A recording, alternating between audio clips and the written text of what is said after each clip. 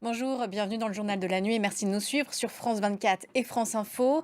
Dans le nord de la bande de Gaza, 4 heures de pause humanitaire par jour, sans bombardement israélien afin de permettre aux habitants de migrer vers le sud.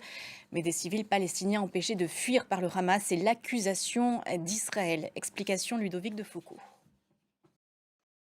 Dans un entretien avec la BBC, Emmanuel Macron continue d'exhorter Israël à un cessez-le-feu.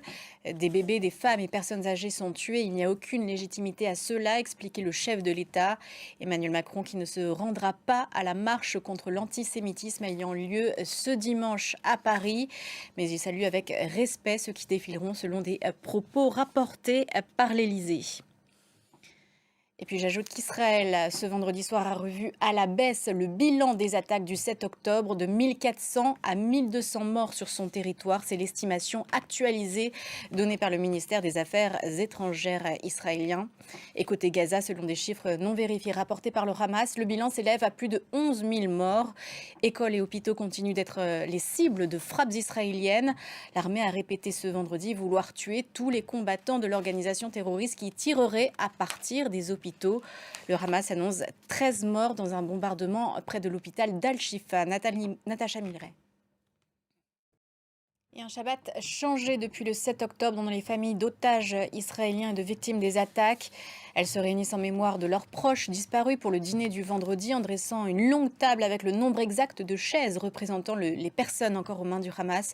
C'est ce qu'est allé constater notre envoyé spécial à Tel Aviv, Cécile Galoucho. Les efforts diplomatiques du Moyen-Orient, le président égyptien et l'émir du Qatar se sont rencontrés ce vendredi, essayant de négocier un cessez-le-feu entre Israël et le Hamas. Et puis on en vient à cette polémique à présent qui touche plusieurs médias internationaux, notamment américains, concernant la présence de photographes le 7 octobre au moment des attaques du Hamas. Certains sont accusés d'avoir suivi les assaillants en Israël. Alors est-ce le cas? Ces journalistes ont-ils été prévenus en amont de ce qui allait se passer? CNN a en tout cas suspendu ses liens avec un photographe palestinien. Les détails avec Maryse Burgot pour France 2.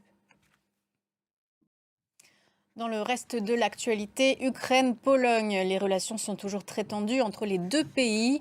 La frontière est actuellement paralysée par des routiers polonais. On en vient aux inondations dans le nord de la France. Le Pas-de-Calais a les pieds dans l'eau et cela dure depuis une dizaine de jours dans certaines zones. Bon nombre d'habitants ont été obligés de quitter leur domicile. Reportage de Barbara Six pour France 2. Et prochain journal dans une quinzaine de minutes.